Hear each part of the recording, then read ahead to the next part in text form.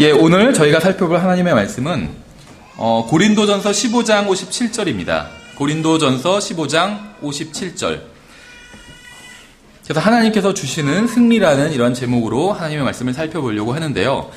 저희가 오늘뿐만 아니라 이제 앞으로 몇 주에 걸쳐서 승리하는 그리스도인의 삶이라는 이런 주제로 하나님의 말씀을 좀 시리즈로 살펴보려고 합니다. 오늘은 저희가 신약 성경을 살펴보지만 이제 앞으로 몇 주에 걸쳐서 사무엘하 11장에 나온 이제 다윗과 밧세바 이야기, 별로 좋은 이야기는 아니죠. 다윗과 밧세바 이야기를 통해서 그리스도인이 어떻게 이제 승리를 할 수 있는지를 자세히 살펴보려고 하고, 오늘은 좀 그 서론에 해당하는 이야기라고 볼 수 있습니다. 예, 그래서 고린도전서 15장 57절. 고린도전서 15장 57절. 예, 찾으셨으면 한번 다 같이 읽어보도록 하겠습니다. 고린도전서 15장 57절. 자, 시작. 그러나 우리 주 예수 그리스도를 통하여 우리에게 승리를 주시는 하나님께 감사하노라. 아멘. 예, 제가 잠깐 기도하겠습니다. 하나님 아버지, 제가 바른 진리를 또 바른 방법과 또 바른 태도로 전할 수 있도록 도와주시기 원합니다. 주님께서 저에게 정말 명백하게 보여주신 이 진리를 또 이 메시지를 듣는 사람들에게도 또 명확하게 보여줄 수 있도록 주님께서 역사해 주시기 원합니다. 저의 유익을 위해 주님의 말씀을 받아들일 수 있는 또 축복을 허락해 주시기 원합니다. 예수님의 이름으로 기도드렸습니다. 아멘. 예, 그래서 오늘 우리는 이제 승리하는 그리스도인의 삶이라는 주제로 이제 계속해서 몇 주에 걸쳐서 하나님의 말씀을 살펴보려고 합니다. 성경은 예수 그리스도 없이 사는 사람의 인생보다 훨씬 뛰어난 그리스도인의 삶을 제시하고 있어요. 그러니까 이거는 구원과는 다른 이야기입니다. 구원은 예수 그리스도만 믿으면 받을 수 있습니다. 근데 성경에 의하면 그것으로 끝나는 것이 아니라 성경에서는 예수님 없이 사는 사람들이 있잖아요, 이 세상에. 그 삶보다 훨씬 더 뛰어난 구원받은 하나님의 자녀로서 사는 삶에 대해서 말씀하고 있다는 거예요. 그래서 우리는 하나님의 자녀로서 성경이 말씀하시는 대로 살아야 한다는 것을 알고 있지만, 문제는 우리의 육신이 너무 강하고 우리가 우리의 육신에 끌려갈 때가 너무 많다는 거죠. 또 우리의 정욕은 굉장히 간교합니다. 우리를 속일 때가 너무나도 많이 있어요. 뭐 이건 어쩔 수 없잖아. 어떤 그럴듯한 핑계를 제시해서 우리가 죄를 짓도록 한다는 거죠. 그래서 우리는 너무나도 자주 죄를 범하여 하나님의 영광에 이르지 못한다는 겁니다. 우리는 성령님께서 보여주시는 다른 사람의 인생을 통해서 이제 교훈을 한번 배워보려고 합니다. 특히 오늘 본문에 나온 이 다윗의 인생을 통해서. 오늘 우리는 다윗과 밧세바의 사건을 이제 살펴볼 겁니다. 몇 주에 걸쳐서 살펴보려고 합니다. 근데 이제 보통 그 주일학교 교재에는 이 사건이 빠져 있어요. 외국 그 영어로 된 교재도 마찬가지고, 다윗이 어떤 그 양을 치면서 뭐 사자나 곰을 어떤 죽이거나 쫓아내거나 아니면 골리앗과 싸우는 이런 이야기들은 주일학교 교재에 나오지만, 이 밧세바 이야기는 빠져 있는 교재가 많이 있습니다. 물론 이 다윗과 밧세바의 사건은 이 그 주일학교 어린이들에게 적합한 주제가 아닐 수는 있죠. 근데 이제 우리는 그 성인들에게는 굉장히 필요한 주제고 반드시 배워야 하는 주제 중에 하나입니다.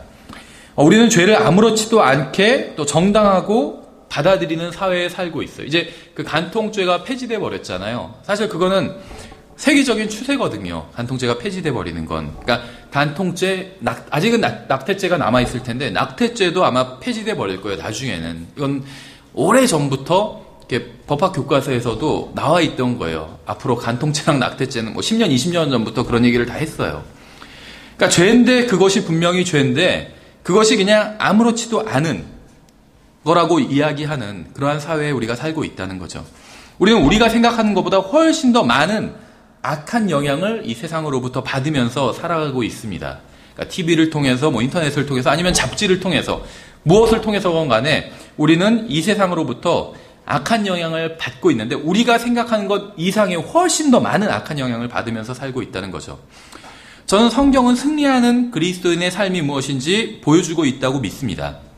만일 우리가 원하기만 한다면 하나님께서는 우리에게 날마다 승리를 주실 것이라고 믿습니다. 이건 정말 중요한 겁니다. 생각해 보세요. 나는 정말 승리하는 그리스도인의 삶을 살고 있는가? Yes or No로 대답한다면 뭐라고 대답하실 수 있으시겠어요?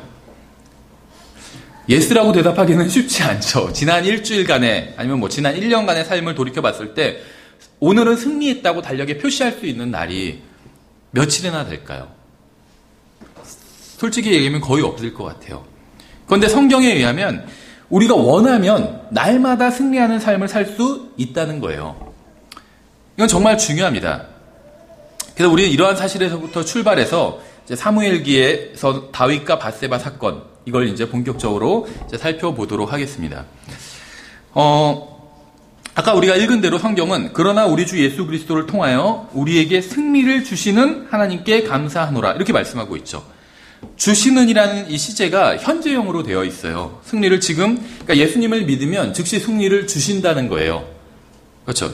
예수님을 믿으면 영원한 생명을 주신다 이렇게 말씀하고 있죠. 거기서도 요한복음 3장 16절도 현재형으로 되어 있어요. heb로. 왜냐하면 믿자마자 즉시 받는 것이기 때문에 미래형이 아니라는 거예요. 믿으면 나중에 주신다 이렇게 해놓으면 믿고 나서 얼만큼 후에 주시는지 알 수가 없잖아요. 그래서 성경은 미래형으로 기록하고 있지 않고 현재형으로 기록하고 있다는 거예요. 예수님을 믿으면 즉시 have, 즉시 현재형으로 영원한 생명을 소유하고 있게 되기 때문에 마찬가지로 예수 그리스도 안에 있으면 우리는 승리를 즉시 받을 수 있다는 거예요. 나중에 승리를 받게 되는, 영적으로 막 성숙해지면 승리를 받게 되는 것이 아니라 예수님을 믿으면, 예수님 안에 있으면 즉시 승리를 누릴 수 있게 된다는 겁니다. 왜 그런지는 아마 우리가 이제 오늘 신약 성경 구절들을 좀 찾아보면서 왜 그런지 그 이유를 한번 살펴보도록 하겠습니다. 그래서 예수님을 믿으면 구원을 받잖아요, 즉시. 똑같이 예수님을 믿으면 즉시 승리하게 돼요. 승리를 얻기 위해서 투쟁할 필요가 전혀 없다는 거예요. 승리를 얻기 위해서 싸울 필요가 없다는 겁니다. 만일 여러분이 구원받았다면 하나님께서는 예수 그리스도를 통해서 이미 여러분에게 승리를 주셨다는 거예요. 어떤 조건이 없어요. 우리가 다른 구절도 찾아보겠지만 하나님께서 승리를 주시는 데 있어서는 조건이 없습니다. 근데 제가 지금 하는 말이 우리의 실제 영적인 삶과 부합하지는 않죠. 조건 없이 승리를 주신다고 했는데 나는 지금 승리를 누리면서 사는 것 같지는 않거든요. 구원을 받았음에도 불구하고. 왜 그런지 한번 이제 오늘 우리가 하나님의 말씀을 통해서 살펴보겠습니다. 저희가 57절 건데 58절에 이렇게 되어 있죠. 그러므로 내 사랑하는 형제들아, 너희는 굳게 서서 흔들리지 말고 항상 주의 일을 넘치게 하라. 너희 수고가 주 안에서 헛되지 않은 줄 너희가 아느니라. 예수님을 믿기만 하면 구원을 받는 것처럼 믿기만 하면 승리를 얻을 수 있어요. 그러면 이제 아무것도 안 해도 되겠다 이렇게 생각하는 사람들이 있을 수 있죠. 믿기만 하면 구원도 받고 믿기만 하면 승리도 얻는데 못하러 뭘 하냐, 그냥 아무것도 안 해도 되겠다 이렇게 생각하는 사람들이 있을까 봐 성경은 항상 주의를 넘치게 하라 이렇게 말씀하고 있어요. 승리는, 구원은 거저 주시는 거지만 승리도 거저 주시는 거예요. 주시는 것 자체는. 그런데 그렇다고 해서 아무것도 하고 있지 말라는 것이 아니라 주님의 일을 넘치게 하라는 거예요. 마치 이것과 같아요. 우리가 이해하기 쉽게 돈으로 생각하면 하나님께서 거저 돈을 주신다는 거예요. 몇십억을 예를 들면. 그러면 그것을 가지고 아무것도 하지 않고 있을 수도 있겠죠. 근데 그렇게 하지 말고 그 돈을 가지고 예를 들면 좋은 일에 쓰라는 거예요. 다른 사람들을 도와주고. 그렇죠. 많은 돈을 가지고 아무 일도 안 하는 사람도 있어요. 그리고 죽을 때 고스란히 남겨두고 죽는 사람도 있고, 어떤 사람은 그것을 가지고 좋은 일을 하는 데 쓸 수가 있어요. 우리가 그냥 일반적으로 얘기한다면 어려운 사람들을 도와주거나 그런 데 쓸 수도 있겠죠. 마찬가지예요. 영적인 것들도. 하나님께서는 우리에게 승리를 주셨습니다. 근데 그걸 가지고 아무것도 하지 말고 가만히 있으라는 것이 아니라 주님의 일을 넘치게 하라는 겁니다. 그런데 이제 조건이 있어요. 57절에서는 승리를 주셨다고 말씀하고 있잖아요. 주신다고. 그런데 58절에서 굳게 서서 흔들리지 말래요. 이게 승리를 유지하는 비결입니다. 굳게 서 있으래요. 이게 이제 어떤 구절과 관련이 있는지 뒤에서 좀 찾아보도록 하겠습니다. 성경은 우리가 구원받았으니까 이제 가서 승리를 쟁취하라고 말씀하고 있지 않아요. 성경은 하나님께서 구원받은 사람들에게 승리를 주셨으니까 흔들리지 말라고 말씀하고 있습니다. 주셨으니까 가지고 흔들리지 말라는 거예요. 하나님께서는 구원받은 사람들에게 예수 그리스도를 통해서 완전한 구원을 이미 주셨습니다. 그러므로 우리는 이미 주신 승리 위에 굳게 서서 흔들리지 않으면 된다는 겁니다. 고린도 후서 2장에는 이렇게 되어 있어요. 이것도 그 승리에 대한 말씀인데 고린도 후서 2장 14절엔 이렇게 되어 있습니다. 이거는 한층 더 나아간 말씀이에요. 지금 고린도전서 15장에선 예수님 안에서, 예수님을 통해서 하나님께서 우리에게 승리를 주신다 이렇게 말씀하고 있죠. 근데 이것은 한층 더 나아갔습니다. 2장 14절 항상 우리를 그리스도 안에서 승리하게 하시고 우리를 통해 모든 곳에서 그분을 아는 냄새를 풍기게 하시는 하나님께 이제 감사하노라. 항상 우리를 그리스도 안에서 승리하게 하신대요. 하나님께서 우리를 위해서 무엇을 하셨는지 아세요? 하나님께서는 그리스도 안에 있는 모든 사람들이 승리를 하게 하셨습니다. 한 번이나 두 번만 승리하게 하신 것이 아니라 항상 승리하게 하셨대요. 그러니까 일단 이 말씀이 우리의 삶과는 부합하지 않죠. 나는 항상 승리하는 것 같지 않은데. 일단 그건 접어두고 성경은 하나님께서 우리를 항상 승리하게 하신다고 이렇게 말씀하고 있어요. 일단 이 말씀 자체는 사실인 거죠. 그러면 이 말씀이 나의 삶과 왜 맞아떨어지지 않는지 이거는 한번 생각해 보자는 겁니다. 한 번, 두 번만이 아니라 항상 하나님께서는 우리를 승리하게 하신다고 말씀하고 있습니다. 만일 제가 월요일 오전에 직장에서 승리하지 못했다면, 또 화요일 오후에 학교에서 승리하지 못했다면, 아니면 수요일 저녁에 집에서 승리하지 못했다면 하나님께서 승리를 주시지 않았기 때문이 아니라 이미 주신 승리를 내가 지켜내지 못했기 때문이라는 거예요. 로마서 8장도 이건 제가 한번 읽어볼 테니까 한번 잘 읽어보세요. 로마서 8장 35절부터 37절에 한번 잘 들어보세요. 누가 우리를 그리스도의 사랑에서 떼어놓으리요? 환난이나 곤경이나 핍박이나 기근이나 벌거벗음이나 위험이나 칼이라. 이것은 기록된 바 우리가 종일토록 주를 위해 죽임을 당하며 도살당할 양같이 여겨졌나이다함과 같으니라. 아니라 이 모든 것 가운데서 우리는 우리를 사랑하신 그분을 통해 정복자들보다 더 나은 자들이니라. 정복자들보다 더 나은 자들이라고 말씀하고 있죠. 자, 신앙생활을 그런대로 잘하고 있는 것 같을 때 어려움이 닥쳐요. 환난이 닥칩니다. 하지만 환난이 그리스도보다 크지는 않다는 거예요. 환난을 이겨내니까 또 곤경이 닥칩니다. 어려움이 닥쳐요. 하지만 여러분을 곤경에 빠지게 하는 것이 무엇이든 간에 그게 그리스도보다, 예수님보다 더 크지는 않다는 겁니다. 기근도 오고 벌거벗음도 오고 위험이나 칼도 올 수 있어요. 그러니까 다른 형태로 지금은. 하지만 성경은 우리에게 그러한 일이 닥칠 때에도 우리는 예수 그리스도를 통해서 이미 승리를 얻었고 정복자들보다 더 나은 자들이라고 말씀하고 있어요. 그렇죠? 이게 나의 삶과는 지금 맞아떨어지는 것 같지는 않은데 어쨌든 성경은 그렇게 말씀하고 있다는 겁니다. 구원받은 사람들은 그리스도 안에서 이미 승리했습니다. 성경은 그렇게 말씀하고 있어요. 그래서 승리를 얻거나 막 쟁취할 필요가 없다는 거예요. 예수님은 승리자잖아요. 우리가 예수님 안에 있으면 우리도 같이 승리자가 되는 거예요. 그렇죠? 그렇다면 환난이나 곤경이나 핍박이나 기근이나 위험은 무엇일까요? 이렇게 왜 오는 걸까요?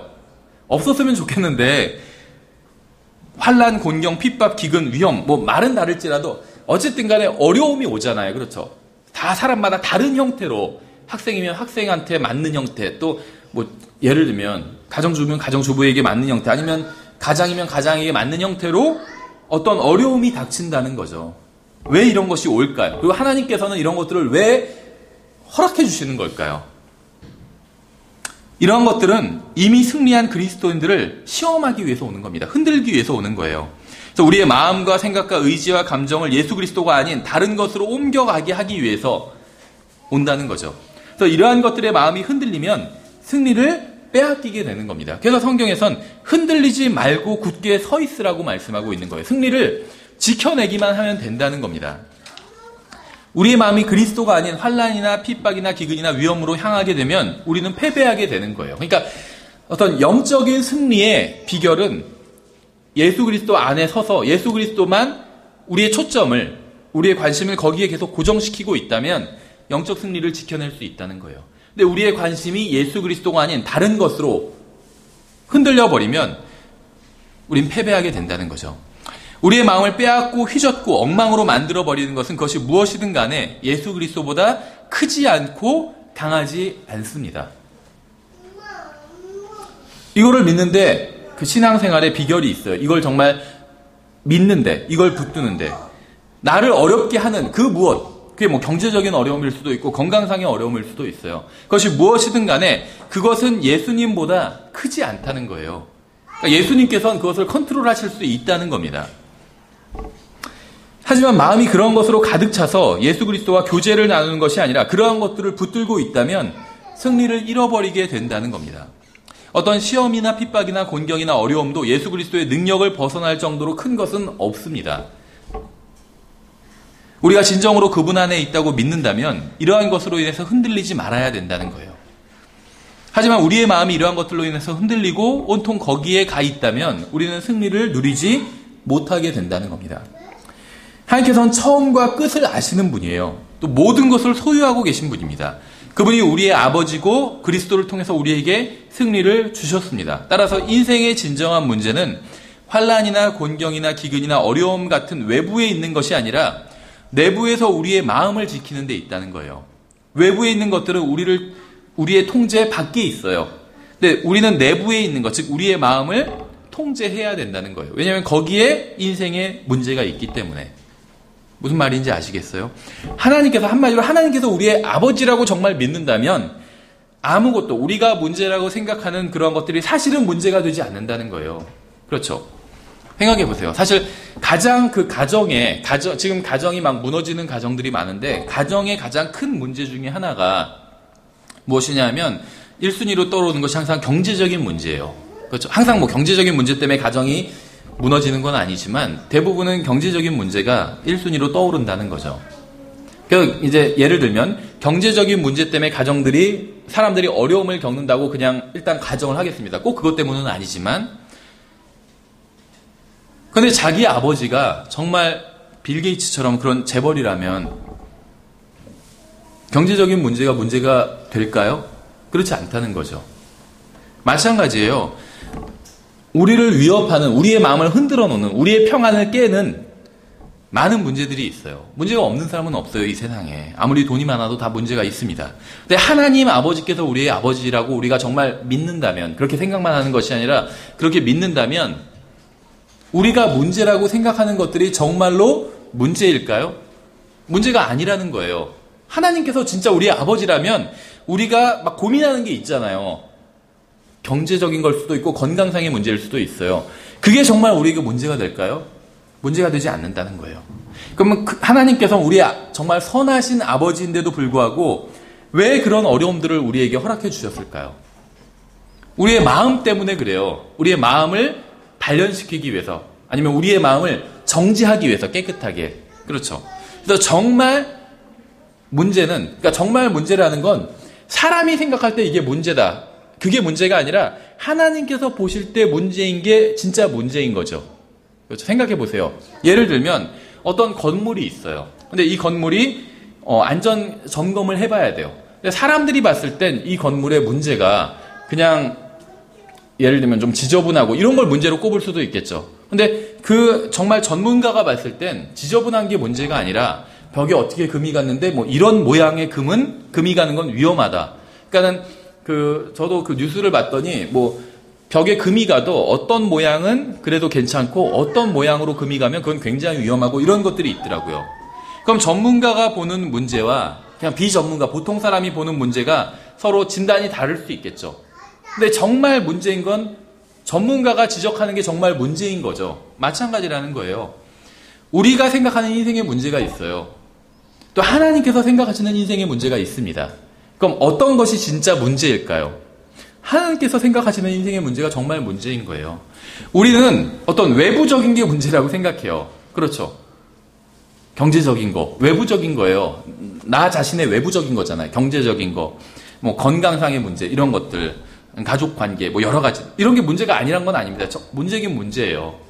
근데 하나님께서 보실 때는 그런 모든 것보다 더 정말 핵심적인 문제는 우리 내부에 있다는 거예요. 우리 마음이 문제라는 거예요. 하나님께서 보실 땐. 골로새서 2장에서 이렇게 말씀하고 있어요. 그분 안에는 하나님의 신격의 모든 충만이 몸으로 거하고 또 너희는 모든 정사와 권능의 머리이신 그분 안에서 완벽하며, 골로새서 2장 10절에서 우리가 완벽하다고 말씀하고 있어요. 이거 엄청난 말씀이에요. 성경에서 우리가 예수님을 믿는 순간 구원을 받았고 또 하나님께서는 우리에게 예수님을 우리가 믿는 순간 승리를 주신다고 말씀하고 있어요. 왜 그럴 수밖에 없냐면 예수님을 믿는 순간 성령님께서는 우리를 예수 그리스도의 몸 안으로 집어넣어 주시거든요. 근데 예수 그리스도께서는 승리자잖아요. 그렇죠. 승리하신 분이잖아요. 그래서 우리가 그분 안에 들어가면 우리도 같이 승리자가 되는 거예요. 그래서 예수 그리스도를 통해서 우리에게 승리를 주신다. 그게 그 말씀이라는 거죠. 근데 우리에게 승리를 주실 뿐만 아니라 항상 승리를 주신다고 말씀하고 있어요. 다시 말하면 우리가 원하기만 하면 항상 승리를 누릴 수 있다는 거예요. 근데 거기서 그치는 것이 아니라 그분께서 우리에게 주신 승리가 어떤 승리냐면 완벽한 승리인 거예요. 우리가 그분 안에서 완벽하대요. 엄청난 걸 받은 거예요. 그렇죠. 저는 여러분이 과거에 어디에서 어떻게 신앙생활을 했는지는 잘 모릅니다. 그러니까 은사주의자들은 구원받기 위해선 예수 그리스도를 믿어야 되지만 구원받은 이후에 다시 성령님을 받을 필요가 있다. 이렇게 보통 가르쳐요. 은사주의자들은. 또 그러니까 구원을 먼저 예수님을 믿고 구원받고, 그 다음에는 성령님을 받고, 그 다음에 성령의 은사를 받고, 그 다음에 능력을 받고, 막 이런 식으로 단계들이 있다는 거예요. 로마 카톨릭은 칠성사를 통해서 사람이 하나님께 가까이 나아가게 된다. 이렇게 가르칩니다. 근데 얼만큼 가까이 나아가게 되는지는 아무도 확신할 수 없다. 이렇게 가르치죠. 그래서 처음에 유아세례 받는 것부터 시작해서 나중에 종부 성사까지 7단계의 성사를 통해서 어떤 예식을 통해서 하나님께 나아가게 된다. 이렇게 가르치는데 비단 살아있을 때뿐만 아니라 죽어서도 계속해서 하나님께 가까워지기 위해서 노력해야 된다. 이렇게 가르쳐요. 그래서 죽은 자를 위한 기도를 하잖아요. 촛불을 막 켜고. 그게 그 죽은 자가 아직 하나님께 충분히 가깝지 않기 때문에 계속 가까워지게 우리가 서포트 해줘야 된다. 로마 카톨릭이 이렇게 가르치는 거예요. 면죄부 같은 것도 마찬가지고. 근데 성경엔 그런 것이 없습니다. 그렇죠. 또 침례교회나 보수적인 교회에서는 하나님께서는 우리를 사랑하셔서 자신의 유일한 아들인 예수 그리스도를 내어주셨지만, 여기까지는 맞죠. 만약에 우리가 11조를 제대로 하지 않으면 하나님께서 화를 내실 수도 있다. 또 이런 식으로 가르칩니다. 그렇죠. 그러니까 마치 하나님과 우리의 관계가 아직 완전하지 않은 것처럼 은사주의자들도 그렇고 카톨릭도 그렇고 심지어는 보수적인 교회들 중에서도 생각해 보세요. 우리가 죄인이었을 때 하나님께서는 우리를 사랑하셔서 자신의 가장 아끼는 유일한 아들을 우리를 위해서 내어주셨어요. 그렇게 가르치는 건 좋은데 성경적이고, 하지만 우리가 11조를 제대로 하지 않으면 하나님께서 화가 나셔서 우리를 치실 수도 있다. 이런 식으로 가르친다는 거예요. 또 침례교회, 보수적인 교회들에서도 다 성경적인 것이 아닙니다. 우리가 예수 그리스도를 믿는 순간 하나님과 우리의 관계는 아버지와 아들의 완벽한 관계가 됐어요. 그리고 그분께서 우리를 예수님 안에서 우리를 완벽하게 만들어 주셨습니다. 가르치는 것에 조금씩 차이가 있을 뿐 종교는 인간의 문제를 해결해 줄 수 없습니다. 그들은 승리를 얻기 위해서는 우리가 무엇인가를 열심히 해야 한다고 주장을 합니다. 그것이 교회에 열심히 나오는 것이든 헌금을 많이 하는 것이든 그런 걸 해야 된다고 주장해요. 하지만 아무리 열심히 해도 항상 조금씩 부족하다고 하며 더욱 열심히 하라고 채찍질을 한다는 거죠. 그렇게 계속해서 열심히 하고 열심히 갖다 바치다 보면 언젠가는 승리할 수도 있을지 모른다. 이렇게 가르친다는 거예요. 모든 종교가. 하지만 성경은 그렇게 말씀하지 않습니다. 성경은 여러분이 예수 그리스도를 믿는 바로 그 순간 그리스도만 받는 것이 아니라 그리스도인답게 살기 위해 필요한 모든 것을 받게 된다고 말씀하고 있어요. 이게 하나님께서 우리가 구원받는 순간 우리에게 승리를 주셨다. 우리는 구원받자마자 승리하게 되었다. 이 말의 의미가 무엇이냐면 이 세상에서 잘 나가게 되었다. 그런 의미가 아니라 구원받자마자 우리는 그리스도를 받죠. 우리 안에. 성령님께서, 예수 그리스도께서 성령님을 통해서 우리 안에 들어오시는 거잖아요. 그것으로 끝나는 것이 아니라 그리스도인답게 살기 위해서 필요한 모든 것을 받게 된다는 거예요. 그렇죠. 구원받은 사람들 중에 그리스도인답게 살지 않는 사람들 많잖아요. 그리스도인이라는 건 뭐냐면 그리스도의 제자라는 거예요. 그 사람을 보면 그리스도가 생각난다. 그게 그리스도인이에요. 근데 구원받은 사람들 중에서 저 다 포함해서 그리스도인답게 살지 않은 사람들이 많이 있죠. 근데 그렇게 살지 못하는 이유는 그리스도인답게 살기 위한 능력을 받지 못했기 때문이 아니라는 겁니다. 여러분이 예수 그리스도를 구원자로 받아들이는 순간 이 세상에서 하나님의 뜻대로 살기 위해 필요한 모든 것을 다 받게 된다고 성경은 말씀하고 있어요. 우리는 이것을 위해서 성경 공부를 하고 기도하고 간구하지만 사실은 이미 구원받은 순간 다 받았다는 거예요. 생각해 보세요. 우리가 그리스도인답게 살 수 있도록 도와주십시오. 이런 기도가 잘못된 건 아니죠. 간구를 해요. 그리고 우리가 성경 공부를 왜 하죠? 결국 영적으로 성장하기 위해서 성경 공부하는 거잖아요. 다른 말로 하면 그리스도인답게 살기 위해서. 그렇죠. 나쁜 동기로 성경 공부하는 분도 있을지 모르겠지만 잘못된 육신적인 동기로 대부분은 그렇지 않을 거예요. 이 세상에서 잘 나가기 위해서 성경 공부한다. 이런 분은 못 봤어요. 뭐 이 세상에서 잘 나가기 위해서 하나님께 뭐 축복을 구하고 뭐 그런 사람은 봤어도 이 세상에서 잘 나가기 위해서 성경 공부를 하는 사람은 없어요. 그렇죠? 우리가 영적으로 성장해 가고 주님을 더 알아가고 그리스도인답게 살기 위해서 성경 공부를 한다는 거죠. 그게 잘못된 건 아닙니다. 그렇죠? 하지만 하나님께서는 이미 성경 공부를 하기도 전에 이미 우리에게 우리가 그리스도인답게 살 수 있는 모든 능력을 주셨다는 거예요. 왜 그럴 수밖에 없을까요? 성령님께서 우리 안에 들어와 계시기 때문에 그분은 어떻게 하면 그리스도인답게 사는지를 알고 계신 분이에요. 근데 그분이 우리 안에 들어와 계세요. 우리가 원하기만 한다면 그분은 우리에게 우리를 인도해 주실 거라는 거죠. 문제는 이미 가지고 있는 것을 누리지 못한다는 겁니다. 이미 가지고 있는 것을. 그렇죠? 우리가 살펴본 본문을 4가지 본문을 신약성경 요약하면 이렇습니다.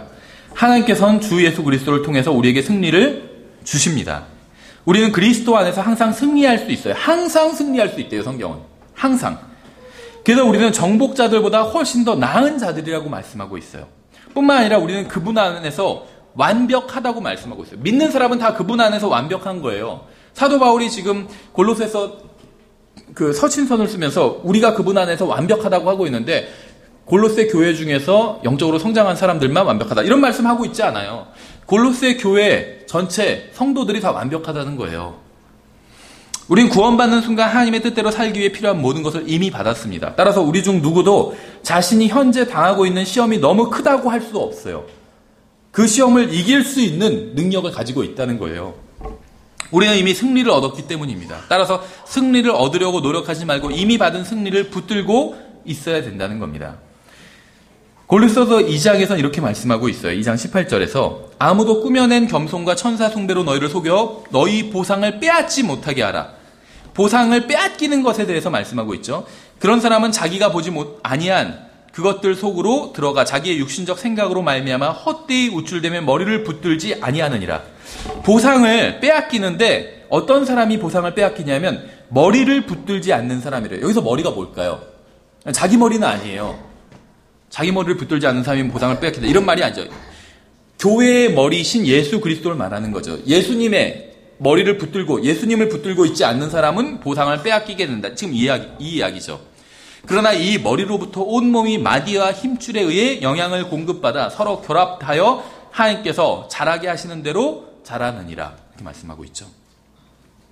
이걸 다른 식으로 말씀하면 에베소서 4장 27절에선 마귀에게 틈을 주지 말라. 이런 말씀이라고 볼 수가 있습니다. 그렇죠? 마귀에게 틈을 주지 말라. 이 말의 의미가 무엇인지 아시겠어요? 마귀는 여러분의 원수죠. 근데 마귀에게 틈을 주지 말래요, 성경은. 우리가 틈을 주지 않으면 마귀는 우리를 속일 수가 없고 빼앗아갈 수도 없다는 겁니다. 마귀는 속이고 빼앗아가는 존재예요. 그런데 우리가 흔들리지 않고 틈을 주지 않으면 우리는 마귀에게 아무것도 빼앗기지 않게 된다는 겁니다. 주님께서는 이미 우리에게 승리를 주셨어요. 우리는 이것을 잘 지키고 있기만 하면 된다는 겁니다.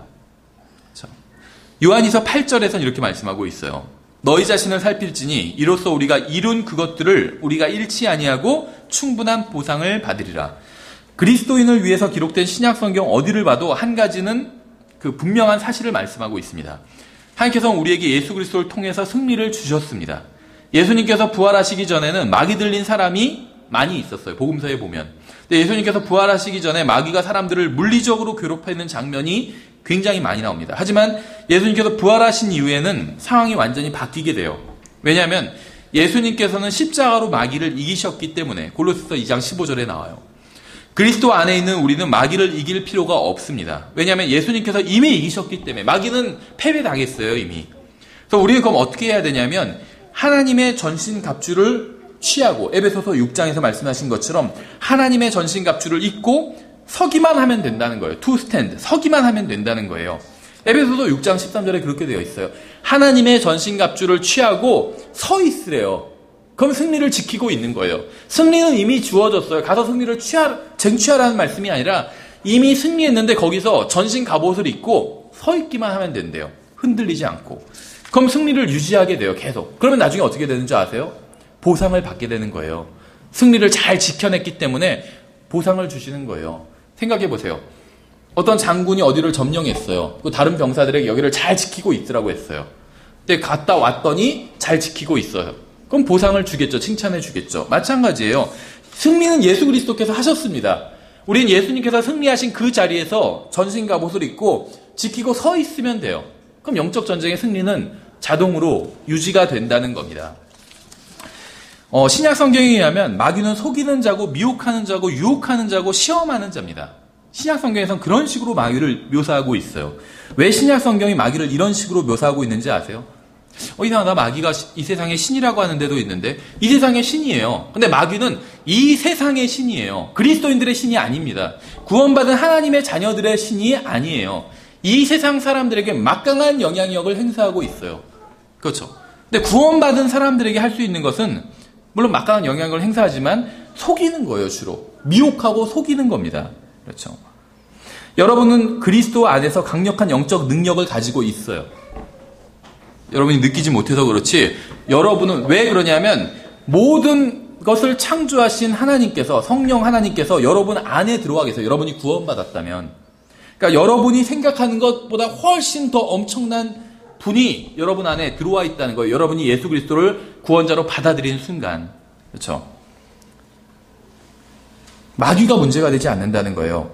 여러분은 죄를 짓지 않을 자유도 가지고 있습니다. 그리스도 안에서 이미 승리를 가지고 있어요. 세상과 마귀와 육신에 대해 승리할 수 있는 모든 것을 이미 가지고 있습니다. 단지 계속해서 승리 가운데 있는 것을 선택하기만 하면 된다는 거예요. 계속해서 승리 가운데 거하기만 하면 된다는 겁니다. 하나님께서 원하시는 것은 여러분이 계속해서 그리스도 안에 있는 승리를 붙드는 겁니다. 이제 본격적으로 한번 다윗과 밧세바 사건을 살펴보도록 하겠습니다. 사무엘하 11장을 한번 보겠습니다. 사무엘하 11장. 이미 시간이 많이 지났는데 이제 본격적으로 본다고 하니까 약간 좀 당황하시는 분들이 있는데요. 이제 앞으로 몇 주간에 걸쳐서 계속 이 내용을 살펴볼 겁니다. 근데 이제 다른 관점으로 또 다른 부분을 하나하나 살펴볼 것이고, 오늘 저희가 하고자 하는 이야기는 다 했어요. 그럼 이제 일단 크게 한번 이 사무엘기하 11장이 우리가 오늘 하는 이야기와 무슨 관련이 있는지 아주 큰 그림만 그리고 다음 주에 이어서 계속 자세한 그림을 한번 그려보도록 하겠습니다. 사무엘기하 11장 1절부터 5절에 보시면 이제 다윗의 사건이 나와 있어요. 그 해가 지나고 왕들이 싸우러 나아갈 때가 되매 다윗이 요압과 자기 신하들과 온 이스라엘을 보내니 그들이 암몬 자손을 멸하고 랍바를 에워쌌더라. 그러나 다윗은 예루살렘에 여전히 머물러 있었더라. 저녁 때에 다윗이 자기 침상에서 일어나 왕의 집 지붕 위에서 거닐다가 한 여인이 목욕하는 것을 지붕에서 보았는데, 그 여인이 보기에 매우 아름다움으로 다윗이 사람을 보내어 그 여인에 관해 물어보게 하였더니, 한 사람이 이르되 이 여인은 엘리암의 딸이요 옛 헷족속 우리아의 아내인 밧세바가 아니니까. 우리가 다음 시간에 보겠지만 참 대답을 해도 그냥 이 여인 누구다 얘기하면 되는데, 엘리암의 딸이요 헷족속인 우리아의 아내인 밧세바가 아닙니까? 이 얘기하는 의도가 좀 보이지 않나요? 남의 딸이라는 거예요. 남의 아내고 함부로 건드리지 말라는 거예요. 그렇죠. 다윗이 사자들을 보내어 그녀를 데려오게 하니 그녀가 그에게로 들어오니라. 잘 한번 생각해 보세요. 다윗의 간증이란 건 저 사람은 참 훌륭한 그리스도인이야. 이게 이제 간증이겠죠. 저 사람은 훌륭한 하나님의 사람이야. 이게 간증이겠죠. 다윗은 그동안 하나님의 사람으로 알려져 왔습니다. 그렇죠. 근데 다윗의 간증이 언제 파괴되었을까요? 실제로 우리아의 아내인 밧세바와 동침할 때, 밧세바를 만나서 한마디로 뽀뽀했을 때 다윗의 간증이 파괴됐을까요? 아니면 저 여자를 데리고 와라 했을 때 다윗의 간증이 파괴됐을까요? 그렇죠. 데리고 와라고 했을 때 파괴됐을 거예요. 그 데리고 오는 신하들은 어땠을까요? 참 이상하다. 자기 부인도 많으면서, 그렇죠? 왜 남의 부인을 데리고 오라고 그러지? 그러니까 죄는 실제로 어떤 행동으로 짓기 전에 이미 죄는 시작된 것이고 간증은 파괴돼 버리는 거예요. 그렇죠? 우리가 다음 시간에 여기에 대해서는 좀 자세히 살펴볼게요. 그 여인이 수태함에 사람을 보내어 다윗에게 고하여 이르되 내가 아이를 가졌나이다 하니라. 그 전에 그녀가 그녀의 부정함에서 정결하게 되었으므로 그가 그녀와 함께 누웠고 그녀가 자기 집으로 돌아가니라. 그 여인이 수태함에 사람을 보내어 다윗에게 고하여 이르되 내가 아이를 가졌나이다 하니라. 본문을 끝까지 보면 다윗은 자신의 간음죄를 덮기 위해서 밧세바의 남편을 이제 살해하도록 부하들에게 지시를 합니다. 이건 성경에 나온 정말 가장 끔찍한 이야기 중에 하나입니다. 다윗이 한 짓은 파라오나 느부갓네살 같은 어떤 경건치 않은 이교도들이 행한 짓보다 훨씬 더 사악해요. 그렇죠. 굉장히 의도가 악하고 그것도 자기에게 충성을 다하는 부하를 죽였잖아요. 굉장히 사악합니다. 다윗의 죄는. 다른 이교도 파라오가 한 짓보다 훨씬 더 사악해요. 그렇죠. 파라오는 이스라엘 백성들을 박해했지만 이스라엘 백성들이 파라오에게 막 충성을 다하는데 박해한 게 아니잖아요. 다윗은 자기에게 충성을 다한 부하, 우리가 나중에 보겠지만 우리아는 굉장히 충직한 훌륭한 부하였어요. 근데 이 사람을 아내를 빼앗고 이 사람을 죽였어요. 그러면은 어떤 사람에게 할 수 있는 가장 사악한 짓을 다 한 거예요. 다윗은. 그렇죠. 다시 말하면 영적으로는 완전히 패배했습니다. 처참하게 그냥 완전히 마귀한테 깨져버린 거예요. 완전히 패배해버린 거죠. 하나님께서는 다윗을 왕으로 선택하셨습니다. 하나님의 은혜로 다윗은 많은 전쟁에서 승리했어요. 하나님의 긍휼로 다윗은 양치기였을 때에도 사자나 곰을, 블레셋의 거인을 쫓아냈어요.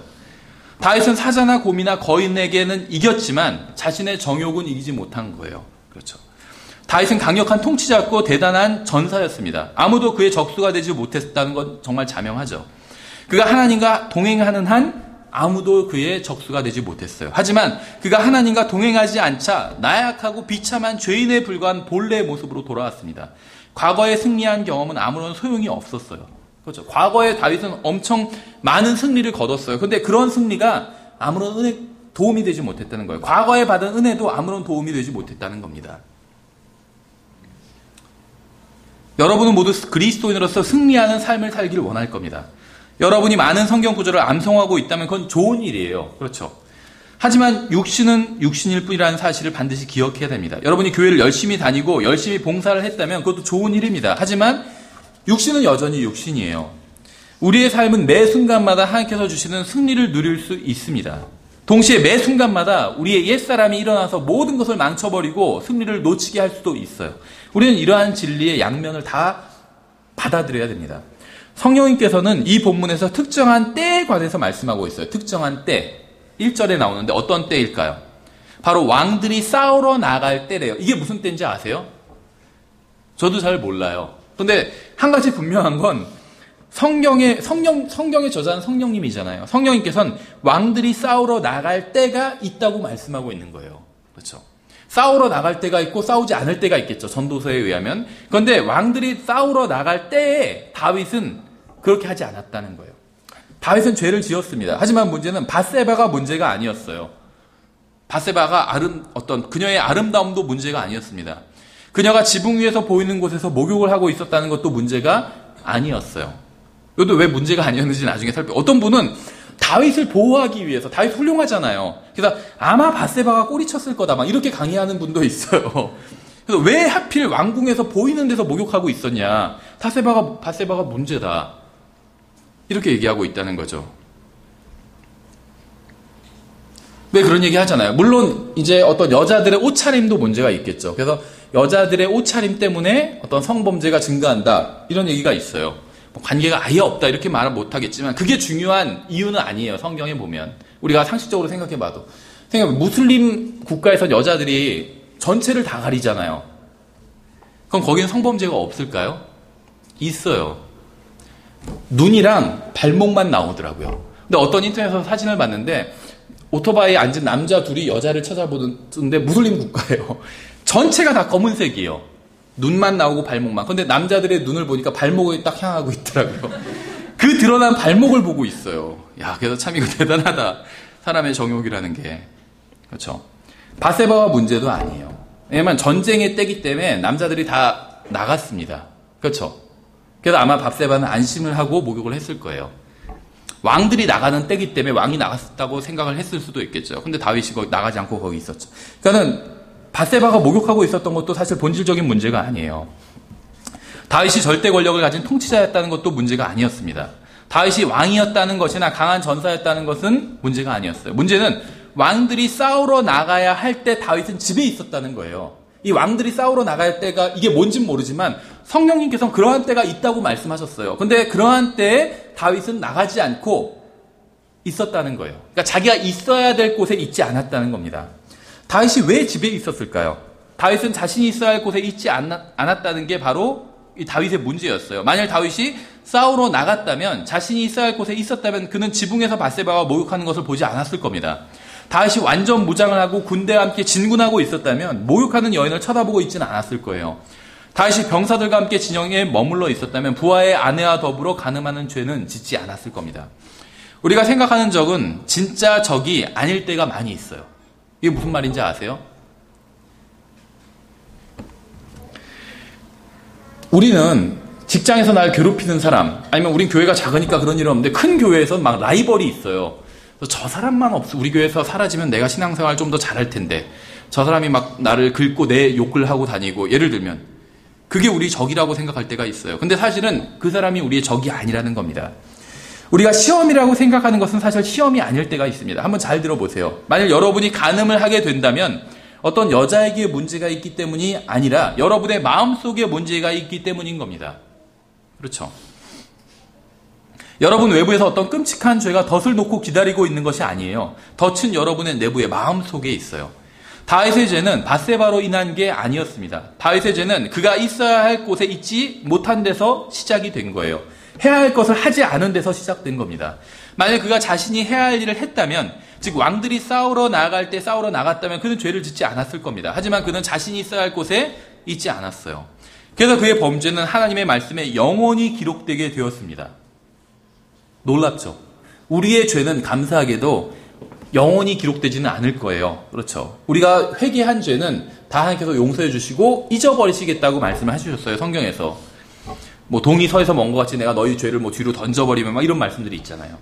근데 성경에 뭐라고 말씀하고 있냐면, 하늘과 땅은 없어지겠으나 하나님의 말씀은 영원히 없어지지 아니할 것이라고 마태복음 24장에 기록되어 있어요. 그렇죠? 하늘과 땅이 다 없어져요. 그래서 새 하늘과 새 땅이 생겨요. 그래도 하나님의 말씀은 영원히 남아있을 겁니다. 그렇죠? 그 얘기가 뭘 의미하는지 아세요? 하늘과 땅이 없어지고 수천만 년이 지나도 다윗이 범죄한 기록은 결코 사라지지 않을 거라는 거예요. 100만 년이 지나도 그의 범죄에 대한 기록은 사라지지 않을 겁니다. 왜냐하면 하나님의 말씀은 있을 거기 때문에. 사무엘기 하가 11장이 그대로 그 안에 존재해 있을 거예요. 여러분, 성경을 통해서 다윗과 골리앗 이야기를 읽을 수 있을 겁니다. 영원히 읽을 수 있을 거예요. 1000년, 100년, 만 년이 지나도 성경은 그대로 있을 거기 때문에 여러분은 하늘나라에서도 이 다윗과 골리앗 이야기를 영원히 읽을 수 있을 겁니다. 다윗이 사자를 죽이고 곰을 죽인 이야기도 영원히 읽을 수 있을 거예요. 다윗이 블레셋인들을 어떻게 물리쳤는지 그런 이야기도 영원히 읽을 수 있을 겁니다. 그리고 최상의 인간이 어떻게 죄를 지었는지도 영원히 읽을 수 있을 겁니다. 하나님께서 함께 하시면 우리는 어떤 상황에서도 승리할 수 있습니다. 하지만 하나님과 동행하지 않는다면 과거에 얼마나 많은 승리를 했었는지는 전혀 중요하지 않게 된다는 겁니다. 주님을 열심히 섬기는 건 좋은 일입니다. 성경 공부를 열심히 하는 것도 좋은 일이에요. 복음을 열심히 전하는 것도 좋은 일입니다. 하지만 아무리 과거에 이러한 것을 많이 했다 할지라도 오늘 있어서는 안 될 곳에 있게 된다면 과거에 했던 모든 좋은 일들은 아무런 소용이 없어지게 된다는 거예요. 아무리 좋은 일을 많이 했다 할지라도 오늘 죄를 짓게 된다면 과거에 했던 좋은 일이 승리를 보장해 주지는 않는다는 겁니다. 병사들과 부하들이 전쟁에서 적과 싸우고 있을 때 다윗이 무엇을 했을까요? 저녁 때 자기 침상에서 일어나 이렇게 얘기하고 있죠. 저도 늦게 일어날 때가 많은데 저녁 때 일어났대요. 침상에서. 어지간한 거죠. 다윗은 아무것도 하지 않았어요. 다윗은 다른 중요한 일이 있어서 전쟁터에 가지 않은 게 아니었습니다. 국가의 어떤 중대사 때문에 전쟁터에 가지 않은 게 아니라는 거예요. 침상에 있었어요. 그냥 저녁 때까지. 어쩌면 다윗은 이미 전쟁에 수없이 참가했기 때문에 더 이상 참전하고 싶지 않았을 수도 있습니다. 아니면 다른 이유가 있었을지도 몰라요. 피곤하거나 전쟁에 참가하기에 너무 늙었다고 스스로 생각했을지도 몰라요. 그렇죠. 내가 지금 이 나이에 또 전쟁에 참가해야 되나? 그런데 아름다운 여자가 목욕하는 것을 보게 되었을 땐 피곤하다거나 늙었다는 생각이 싹 사라져 버렸겠죠. 그래요. 그러니까 우리는 의를 행할 땐 피곤하고 기운도 없고 몸이 아픈 것 같고 나이도 좀 많은 것 같고, 그러니까 하나님을 섬기는 일을 할 때 그런 생각이 드는데 죄를 지을 때 막 쌩쌩해져요. 그래도 지금 내가 젊지 이 정도면 하면서 막. 그렇죠. 다윗이 간음할 힘이 있었다는 건 전쟁에 나갈 힘이 있었다는 걸 의미합니다. 다만 다윗은 전쟁에 나가기 싫었을 뿐이에요. 그래서 자신이 있어야 할 곳에 있지 않았고 해야 할 일을 하지 않은 겁니다. 만약 그가 하나님과 자신의 백성을 위해서 전쟁에 참가했다면 사무엘기하 11장의 내용은 기록되지 않았을 겁니다. 모든 인생은 선택에 달려 있어요. 선택에. 사람들이 인식하지 못하는 것은 때로는 작은 선택이 엄청난 결과를 가져올 수도 있다는 겁니다. 다윗은 자신이 그날 죄를 짓게 될 것이라고 생각했을까요? 간음을 하고 다른 사람을 죽게 하는 엄청난 죄를 짓게 될 거라고 다윗이 상상이나 했을까요? 그는 그날 죄를 짓게 될 것이라고 자기가 생각하지 않았을 거예요. 하지만 전쟁을 하러 나가고자 하지도 않았습니다. 자신의 임무를 소홀히 여기자 마귀에게 틈을 주게 된 것이고 결국 정말 그 틈으로 끔찍한 결과가 들어오게 된 겁니다. 여러분, 교회로 모이고 성경을 읽고 기도를 하고 교제를 나눠야 됩니다. 이게 어떻게 보면 작은 일일 수 있어요. 그렇죠? 여러분, 다른 어떤 것보다 그리스도께 첫째 자리를 내어드려야 돼요. 우리는 모두 이러한 사실에 동의합니다. 하지만 우리의 육신은 간교하게 우리를 속일 때가 많다는 거예요. 우리가 있어야 할 곳에 있지 않아도, 해야 할 것을 하지 않아도 나쁜 일은 일어나지 않을 거라고 생각하게 우리 육신이 우리를 속인다는 거예요. 하나님의 자녀들을 비참하게 만드는 것은 해야 할 일을 할 때 고난이나 핍박을 당하는 것이 아니라 하지 말아야 할 일을 할 때 고난이나 어려움을 당할 때, 이때 비참해진다는 거죠. 1절에 아까 이렇게 되어 있었죠. 그 해가 지나고 왕들이 싸우러 나갈 때가 되매 다윗이 요압과 자기 신하들과 온 이스라엘을 보내니 그들이 암몬 자손을 멸하고 랍바를 에워쌌더라. 다윗도 이들과 함께 나가서 승리할 수 있었습니다. 요압이 승리할 수 있었다면 다윗도 승리할 수 있었어요. 다윗은 적이 무섭거나 패배할 것이 두려워서 집에 있었던 것은 아니었습니다. 그는 다만 가야 할 곳에 가지 않았고 해야 할 일을 하지 않았을 뿐이에요. 하나님께서 원하시는 것은 여러분이 술 취하지 않는 게 아닙니다. 성숙한 그리스도인이 되는 것이에요. 이게 하나님께서 원하시는 거예요. 여러분은 성숙한 그리스도인이 되어야 합니다. 그 길로 나아가야 돼요. 그렇지 않으면 아무것도 될 수 없기 때문에. 여러분이 성숙한 그리스도인이 되지 않으면 여러분이 그 무엇이 된다 할지라도 하나님 앞에서는 아무런 소용이 없다는 겁니다. 자매님들 한번 잘 생각해 보세요. 하나님께서는 여러분이 방탕한 여자가 되지 않으면 만족하시는 것이 아니라 경건한 여자가 되어야 만족하신다는 겁니다. 만약 여러분이 마땅히 되어야 할 것이 되지 못했다면 여러분이 무엇이 된다 할지라도 하나님 앞에서는 아무런 소용이 없다는 거예요. 여러분, 있어야 할 곳에 있어야 되고 해야 할 일을 해야 합니다. 이것이 출발점이에요. 출발점은 하나님의 전신갑주를 취하고 서 있는 겁니다. 그 자리에 있어야 돼. 하나님께서 있으라고 한 곳에. 다윗이 실패한 것은 이것을 하지 않았기 때문이었어요. 다윗은 왕이었습니다. 하지만 왕이 싸우러 나가야 할 때 나아가지 않았어요. 군대의 인도자였지만 군대를 인도하지 않았습니다. 군대는 진영을 갖추고 전쟁터에서 치열하게 싸우고 있는데 다윗은 전쟁터에 있지도 않았고 싸우지도 않았어요. 여기서부터 모든 문제가 시작된 겁니다. 그러니까 여러분이 나는 지금 영적 전쟁을 하고 있다는 그런 인식을 갖고 깨어있지 않는다면 패배하게 된다는 거예요. 저는 오늘 아침에 여러분에게 묻고 싶어요. 하나님께서는 여러분이 하나님의 자녀로서 무엇을 하기를 원하실까요? 여러분이 하나님의 자녀로서 마땅히 해야 할 것이 있는데 하지 않는 것이 무엇일까요? 그러니까 여러분이 하는 다른 일들 다 하지 말아라 이런 얘기가 아닙니다. 우리가 살아가기 위해서 해야 될 일들이 있어요. 직장 생활이나 가정 생활이나 해야 할 일들이 있어요. 근데 하나님의 자녀로서 해야 할 일도 있다는 거예요. 그렇죠? 그것이 무엇일까요? 사람마다 조금씩 다를 수 있어요. 다윗은 마땅히 해야 할 일을 하지 않아서 있어야 할 장소에 있지 않아서 엄청난 죄를 저질렀습니다. 전 여러분이 해야 할 일을 하지 않아서 어떤 죄를 저지르고 있는지 그건 몰라요. 하지만 분명한 사실은 여러분이 마땅히 해야 할 일을 하지 않고 있다면 지금 매우 위험한 상황에 있는 것이고 곧 승리를 빼앗기게 될 것이란 점입니다. 다윗이 침대에서 뒹굴고 있을 때 누군가 그에게 경고를 해주었다면 어땠을까요? 그래도 다윗은 그런 경고를 받아들이지 못했을지도 몰라요. 하지만 그러니까 위험한 전쟁터가 아닌 안전한 왕궁의 침실에서 자신에게 엄청나게 위험한 일이 일어나게 된다는 것을 전혀 받아들이지 못했을 겁니다. 이제는 영적인 잠에서 깨어야 돼요. 영적인 기준을 높여야 됩니다. 그냥 내가 죄만 짓지 않으면 되지 않나 이런 생각은 버려야 된다는 거예요. 다른 사람에 대한 영적 기준을 높이는 게 아니라 자신에 대한 영적 기준을 높여야 된다는 거예요. 그렇죠. 어떤 영적 성장에 대해서 설교를 하면 항상 다른 사람에 대한 영적 기준을 높여요. 그 형제가 이런 설교를 들었으면 참 좋았을 텐데, 그 형제가 영적으로 더 성장하면 좋았을 텐데. 물론 그것도 좋겠죠. 근데 하나님께서는 나중에 그리스도의 심판석에서 우리들에게 그 형제에 대해서 묻지 않으실 거예요. 우리 자신이 각자가 무엇을 했는지, 주님을 위해서 무엇을 했는지, 우리가 먹고 살기 위해서 한 일들이 다 잘못됐다는 건 아닙니다. 그것도 해야 돼요. 근데 그것도 해야 되지만 주님을 위해선 무엇을 했는지 그걸 물으실 거예요. 우리의 몸으로 무엇을 했는지, 우리의 시간으로 무엇을 했는지, 다른 형제가 아니라 우리 자신에 대해서 물으실 거예요. 디모데후서 2장에선 이렇게 되어 있어요. 안 찾으셔도 돼요. 제가 한번 여러 구절들을 쭉 읽어볼게요.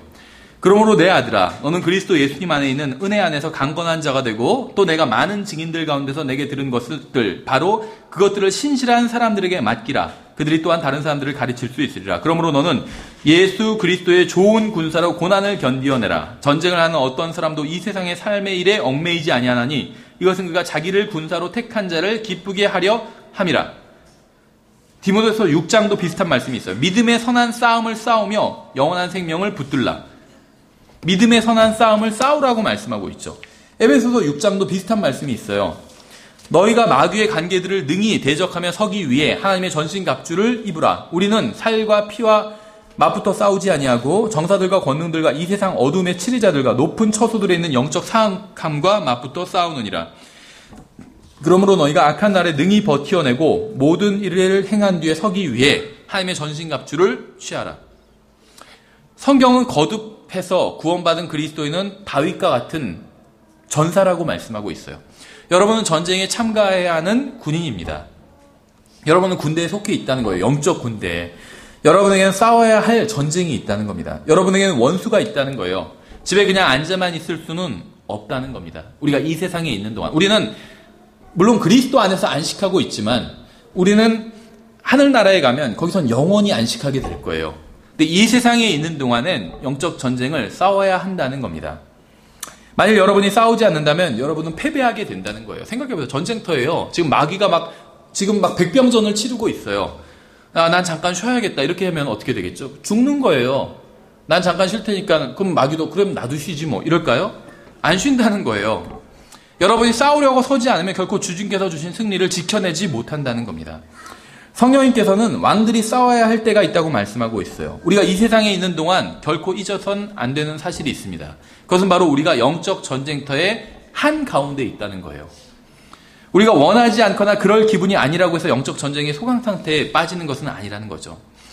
우리의 대적 마귀는 지난번에 이미 많은 공격을 가했다고 해서 이번에는 공격을 쉬는 것이 아니라는 겁니다. 깨어서 서기만 하면 주님께서 주신 승리를 유지할 수 있어요. 하지만 다윗처럼 싸움에 임하지 않으면 전쟁은 이미 진 것이나 다름없다는 거죠. 계시록 1장에서는 하나님께서 우리를 왕들과 제사장으로 삼으셨다고 말씀하고 있습니다. 우리를 왕과 제사장으로 삼으셨대요. 예수님께서. 주님께서 우리를 왕으로 삼아주셨어요. 우리는 예수 그리스도와 함께 모든 것을 상속받은 공동 상속자들입니다. 우리는 주님과 함께 통치하게 될 거예요. 하지만 우리가 잊지 말아야 할 사실은 왕들이 나아가서 싸워야 할 때가 있다는 거예요. 하나님께서 우리를 왕들로 삼아주셨는데 나중에는 통치를 하게 되겠죠. 통치할 때가 있는데 지금은 아니에요. 지금은 어떤 때냐면 왕들이 나아가서 싸워야 할 때라는 거죠. 왕이 있어야 할 곳에 있지 않는다면 왕이 보지 말아야 할 것을 보게 됩니다. 다윗처럼. 그리고 왕이 해서는 안 될 죄를 범하게 된다는 거예요. 다윗처럼. 다윗의 범죄는 모두 그가 있어야 할 곳에 있지 않은 데서부터 시작되었어요. 여러분과 저의 육신은 어리석습니다. 구원받은 새 사람을 끊임없이 속이려고 합니다. 우리가 하나님께 전적으로 순종할 필요는 없다고 가르칩니다. 주님께 전적으로 순종하지 않아도 나쁜 죄만 피하면 된다고 우리를 속여요. 죄만 짓지 않으면 하나님을 신뢰하지 않고 자신을 신뢰해도 된다고 속입니다. 그렇게 생각한다면 이미 마귀와 육신에게 속은 것이에요. 이미 패배한 것입니다. 하나님의 말씀에 순종하지 않으면 세상과 마귀와 육신에 대해서 승리할 수 있는 방법이 전혀 없기 때문에 우리가 영적 전쟁에서 패배하는 이유는 우리의 원수가 강력해서가 아니라 우리가 하나님의 말씀에 순종하지 않기 때문입니다. 우리가 싸우지 않으면 원수가 얼마나 강력하건 아니건 상관없이 우리는 지게 된다는 거예요. 영적으로 게으른 손과 게으른 발과 게으른 마음은 마귀가 승리하도록 도와줍니다. 진정한 위험은 외부에 있지 않고 내부에 있어요. 외부에 있는 모든 것은 하나님께서 다 주관하고 계세요. 내부에 있는 것, 우리 마음, 이것은 하나님께서 우리가 주관하도록 허락하셨다는 거예요. 하나님께서 주관하지 않으신다는 거예요. 그래서 우리가 이것을 주관해야 된다는 겁니다. 왜냐하면 우리 외부에 있는 모든 환경, 여건 이런 것들은 다 하나님께서 주관하고 계시기 때문에. 성경 뭐라고 말씀하고 있는지 아세요? 세상은 모든 것보다 거짓되고 극도로 사악하다 이렇게 말씀하고 있지 않아요.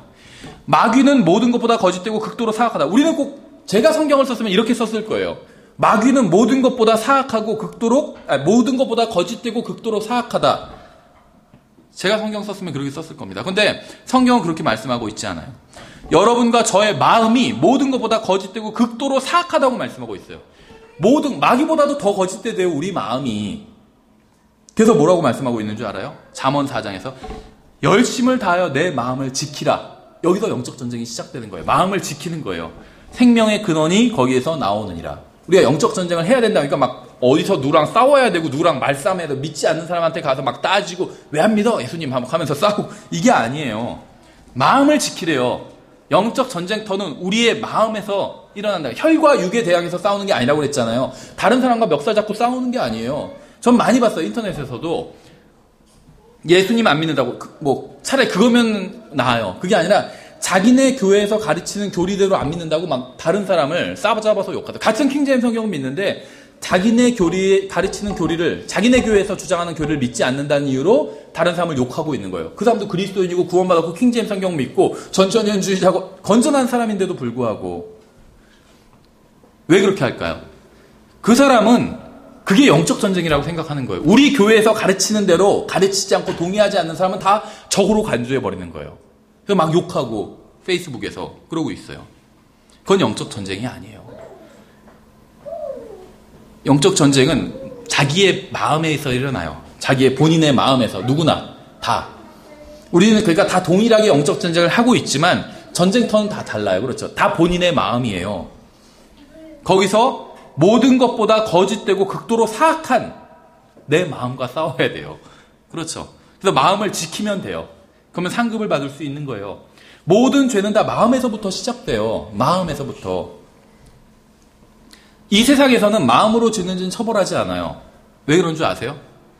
입증할 수가 없기 때문에. 만약에 마음으로 짓는 죄도 다 처벌하면 권력자가 원하는 사람은 누구든지 처벌할 수 있게 돼요. 그렇죠? 너 마음으로 나쁜 짓 생각했잖아. 이렇게 하면 그만이니까. 그래서 마음으로 짓는 죄를 처벌하는 법은 잘못된 법이에요. 일반적으로. 그렇죠? 그런데 성경에 의하면 마음으로 짓는 죄도 처벌해요. 왜 그럴까요? 하나님께서 입증하실 수 있기 때문에 마음을 보여주실 수가 있어요. 너가 이런 마음 품었잖아 하고 보여주실 수가 있어요. 그래서 처벌할 수 있는 거예요. 그렇죠? 그래서 생명의 근원이 이 마음에서 나온대요. 마음으로 예수님을 믿으면 구원받잖아요. 영원한 생명을 받죠. 마음으로 예수님을 거절하면 영원한 생명을 받지 못해요. 생명의 근원이 여기서 나온대요. 이 마음처럼 큰 전쟁터가 없어요. 영혼을 결정하는 전쟁터예요. 마음은. 그럼 이미 예수 그리스도를 선택했어요. 마음으로. 그러면 이 사람의 영혼은 결정되는 거죠. 하지만 이제 그것으로 끝나는 것이 아니라는 거예요. 예수님께서 주신 승리를 지켜야 돼요. 그래야지 예수님의 명성에 누가 가지 않기 때문에. 여러분이 하나님의 말씀이 아닌 어떤 프리메이슨 막 이런 거 공부할 때마다 그만큼 영적 전쟁의 승리와는 멀어지는 겁니다. 영적 전쟁은 외부가 아닌 여러분의 내부에서 벌어지고 있기 때문에 여러분이 원하지 않는다고 해서 피할 수 있는 것도 아닙니다. 가정 문제, 직장 문제, 학업 문제, 자녀 문제, 건강 문제, 교회 문제 이런 것 등 영적 전쟁은 다양한 형태로 찾아올 수 있어요. 어떤 상황이 된다 해도 어떤 일이 벌어진다 해도 여러분이 주님과 함께 있다면 여러분의 마음의 초점을 예수 그리스도께로 향하고 있다면 전신갑주를 입고 깨어 있다면 여러분은 주님께서 주신 승리를 붙들고 있는 겁니다. 경제적으로 파산해도 건강을 잃어도 여러분이 마음속으로 예수 그리스도를 붙들고 있다면 여러분은 승리를 붙들고 있는 거예요. 그리고 하나님께서는 여러분을 계속해서 승리자로 인정해 주실 거예요. 이 세상에서 망해도 좋은 대학 못 가도 좋은 직장 못 잡아도 건강을 잃어도 돈을 잃어도 여러분이 마음속으로 예수 그리스도 머리를 붙들고 있다면 머리이신 예수 그리스도를 붙들고 있다면 여러분은 승리를 붙들고 있는 거예요.